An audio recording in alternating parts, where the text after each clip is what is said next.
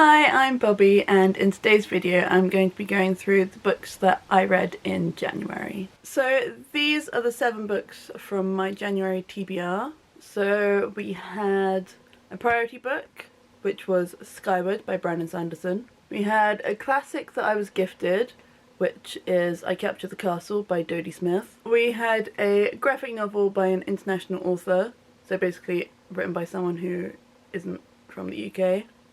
And for that I chose Skyward. We had a sci-fi with an orange cover, so we had The Martian by Andy Weir. We had a fantasy with a pink cover, so I chose Moonstruck. Had an intimidating read, which I chose Stalking Jack the Ripper by Kerry Maniscalco. And we had a classic reread, which is The Night Circus by Erin Morgenstern. Out of all of those books, these are the ones that I completed.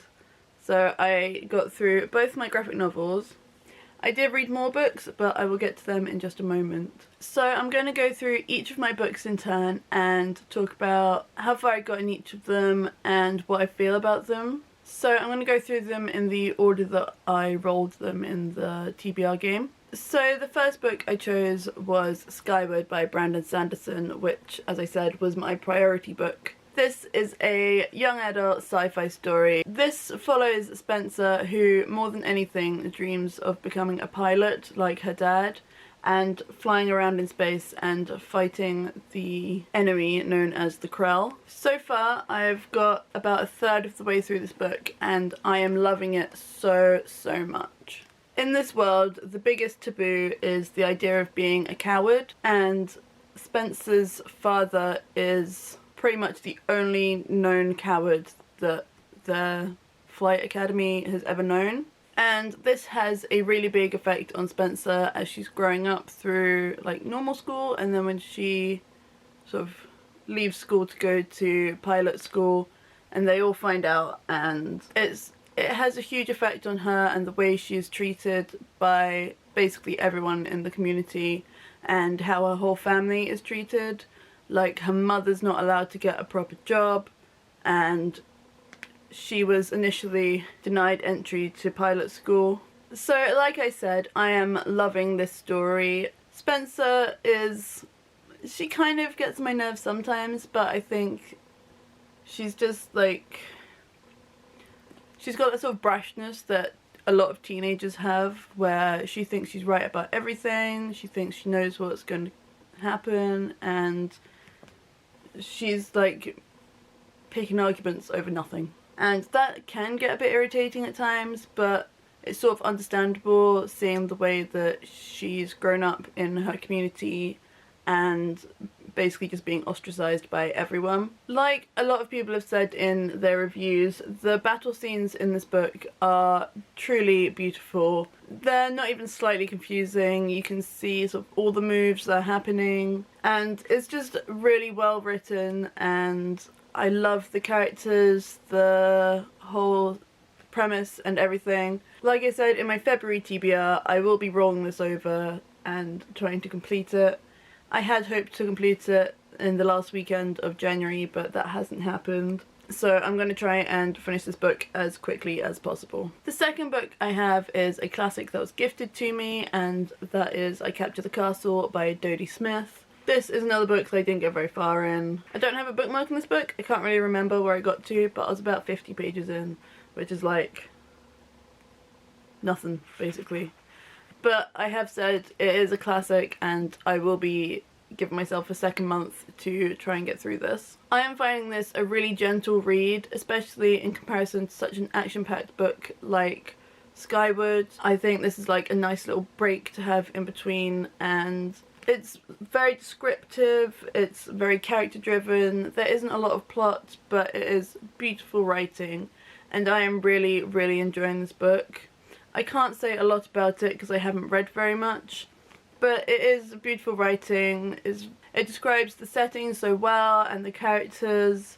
It is written in the style of a diary entry following a girl called Cassandra who lives with her family in an old abandoned castle, and they're basically living in complete and utter poverty, and this is sort of talking about how they cope, how their friends and family try and help everyone, and it's just really sweet and gentle. I believe this is aimed at sort of teenagers or preteens, so it is, I mean, I know I used it as like a middle grade book before, but yeah, it is quite easy reading because it's aimed at such a young audience. It's got quite a big font, which makes it look like it's going to be a longer book than it is, but it's quite quick and easy to get through, and I'm really, really enjoying it.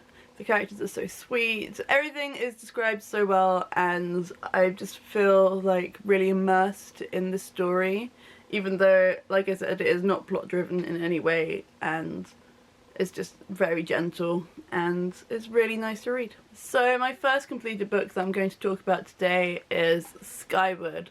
This book is absolutely nothing to do with the Brandon Sanderson novel. This is set in a world where there is little to no gravity, and there was like a tragic day about 20 years before this story is set, in which the gravity suddenly like switched off and loads of people sort of floated away and sort of got pulled out of the atmosphere. This follows Willa, whose mother was one of the many people who were killed in that incident, and she lives alone with her father, who has basically become a recluse. He feels a lot of guilt because of what happened to Willa's mother, and so he has locked himself away in his house, preparing himself for some eventuality, but he's basically become absolutely terrified of leaving the safety of his house. Whereas Willa is very much an explorer. She works for some kind of delivery place, and she flies through the air and delivers all these packages with her friend, who is a disabled character. He is an amputee. He's missing like both legs below the knee. It discusses how such a tragic incident can affect mental health, but how it can be really good for disabled people as well. So it's like given the disabled character a lot more freedom, and it's very interesting looking at the different ways that this affects people. However, Willa also comes into a lot of trouble with trying to find her dad's friend who she wants to help, but he turns out to be not as nice as he seems. It was a really enjoyable story. I loved the artwork, I loved the storyline and the characters, and honestly I'm very excited to read the sequel. I think I would like to read the sequel very soon. Yeah, I'm really enjoyed the story and I can't wait to see what happens next. So the fourth book on my list was a sci-fi with an orange cover, and for this one I chose The Martian by Andy Weir. As I said in my TBR video, this was incredibly popular several years ago. There was lots of hype around this book, which is the reason why I purchased this book in the first place. So I did start this book. I tried reading the first little bit. So within each chapter there's several different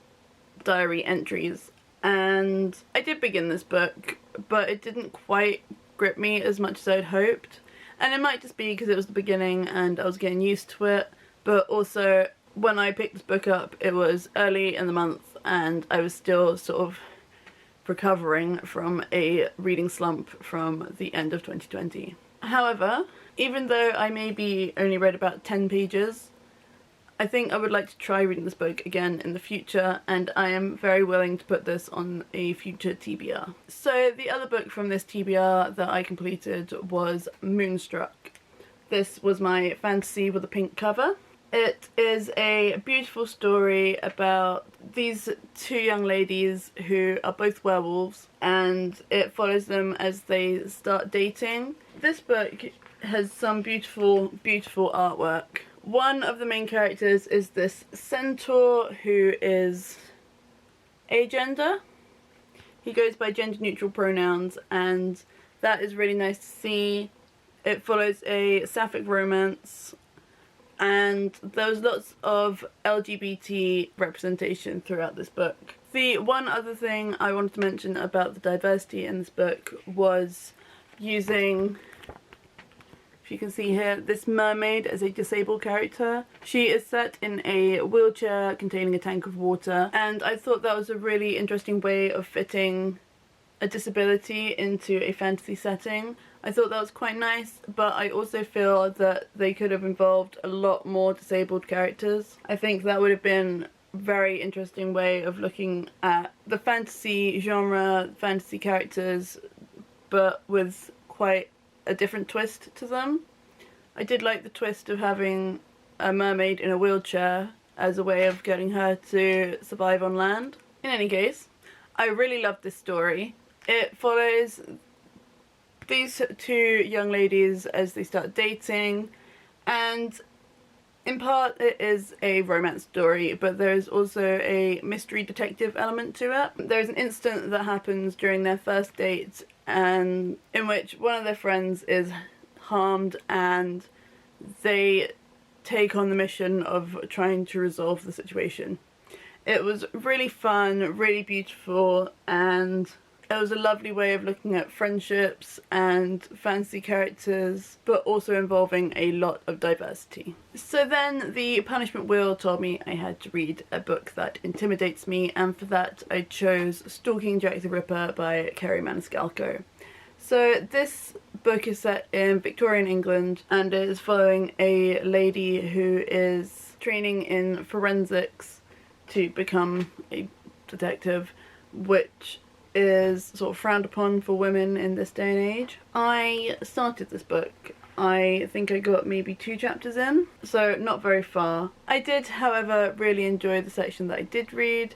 So if you've seen my February TBR, you'll know that I have decided to add this one on to February so that I can finish reading it. Because I am not very far into the story, I cannot tell you very much about my thoughts and feelings, but I did enjoy the little I read. I thought it was really interesting seeing sort of how a lady was treated in Victorian England and seeing the way that they sort of look at forensics back then. And yeah, I'm just very excited to complete this book in February. My final challenge for my January TBR was to reread a classic, and I don't have many classics that I wanted to reread, but I chose The Night Circus by Erin Morgenstern, which is a modern classic. It follows these 2 young people who are in a sort of magical competition which is set in this mysterious night circus. And I didn't get very far this month. I read maybe the first chapter. However, I'm not too bothered because it is a reread for me. I did really enjoy reading this book last year, and I was very excited to get to it again this year. I think I will put it on a future TBR, probably within this year, but I think the characters in this story are very interesting. It is a strange and beautiful setting, and I'm really looking forward to having another go at this book very soon. So there were 2 other books that I did complete in January. Both of them were ebooks, so I will put pictures up here whilst talking about them. The first one was A Gathering of Shadows by V.E. Schwab. This is a book that I started back in October. It took me a very long time to get through this book. I was going through several reading slumps throughout last year, particularly in the second half of 2020. But I also found that this book, it didn't feel necessary, to be honest. It was like a filler in the series. And certainly the first half of the book, nothing happened. It was supposed to be about this magical competition that was going on, and that lasted maybe 3 chapters within the last third of the book. So yeah, it was definitely a very slow read for me. I didn't feel as invested in the characters this time as in the first book in the series. And I'll be honest, I don't actually care for reading the final book in the trilogy. I just don't want to put the time into it. But yeah, I'm glad I completed it. So the final book that I want to talk about today is a book that I have been so incredibly anticipating since probably April last year. It came out in March 2020, and the moment I found out about it, it really intrigued me, and it got a lot of hype, and it was really, really popular. And it sold out everywhere. And I mean everywhere. Online, in bookshops. It couldn't be found anywhere. And it was impossible. So eventually I found a solution. My friend had an arc of it from last year. So So I have now read it, and I will purchase it as soon as it becomes available again. However, this is possibly the best book I have ever read. And I mean even better than Nevermore, which was like my heart and soul. This is frequently described as a middle grade story for adults. It follows a man called Linus Baker, whose job it is to investigate orphanages for magical children. He is then sent on a special mission to look at this orphanage with these 6 children who are deemed to be dangerous, and throughout his time there he makes some beautiful connections. It's partly a romance story, it's a fantasy, it's a story about love and friendship and treating people better. It was so heartwarming, so emotionally evocative. I loved every minute of it. It was so good. If I could give it more than 5 stars, I'd give it more than 5 stars. Like, it's the best book I've ever read. And honestly, I was kind of sad that it ended. The characters were incredible. I loved all the different characters. All of the children were incredible. Linus and Arthur and Zoe, amazing. Even like the less important sort of horrible characters were so important, so meaningful throughout the story. I didn't feel like this character's horrible and I hate him, and like, yeah, he's doing bad things, but this is sort of the way society's made them. And honestly, I just loved every minute of it. It was perfect. It was just a perfect book, and I loved it so much, and I hope everyone gives it a go because it's amazing and it deserves every moment of hype that it has got. So I did complete 4 books in January, although one of them I'd been reading for months and the other one was sort of a spur of the moment. As soon as I received it, I decided to read it. I did start each of the books from January's TBR, although that was mostly just to see which one interested me the most when I was still stuck in the middle of a reading slump. I really think that finishing A Gathering of Shadows helped to rid me of that slump. I think having that book on my currently reading list for about 3.5 months really affected my mood for reading, and it made me feel kind of, there was a lot of pressure. I was kind of putting a lot of pressure on myself to continue reading that book even though it wasn't quite enjoyable. So I think in the future I will consider trying to DNF books a bit more. But I also think that reading The House in the Cerulean Sea just gave me so much joy for reading again, and it feels so good to just have this excitement about reading books that I feel like I haven't had since maybe August, and even then I'm not sure. The end of 2020 was quite rough for me with my reading, so I'm just glad that I'm now in a place where I think I can just read as much as I want. So because of that, I want to find more light-hearted, sort of less dense reads that I can intersperse between all these high fantasy or now sci-fi books that I'm reading as well. So maybe I'll look at reading some more middle grade books in between the longer books. I think that Skyward by Brandon Sanderson is holding my attention far more than I expected it to, and I have so much joy in reading it. It's a bit of a shame that I didn't complete it in the last week of January like I'd hoped. However, I'm enjoying it so much that I'm very much willing to continue reading it for the next week or so.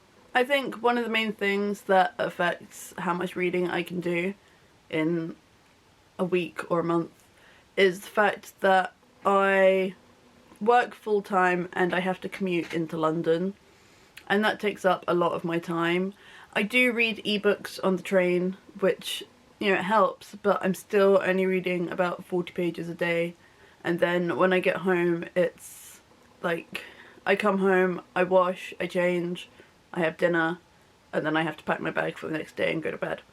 So I don't feel that I have enough time in the evenings to actually read, which is a bit of a hindrance, but maybe once I finish studying I'll have more time on the weekends, because my weekends are taken up with my coursework, making these videos, which is something I really truly enjoy doing, and it's not something I want to stop too soon. So I mean, I hope you lot are enjoying it as well, but it's a fun hobby for me and I'm learning a lot from doing it.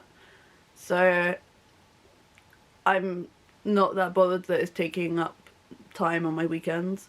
But then I also have to make up for things like laundry and housework that I can't do during the week. I've also found that it's much easier to start playing Sims than open a book. Which makes no sense, because open a book.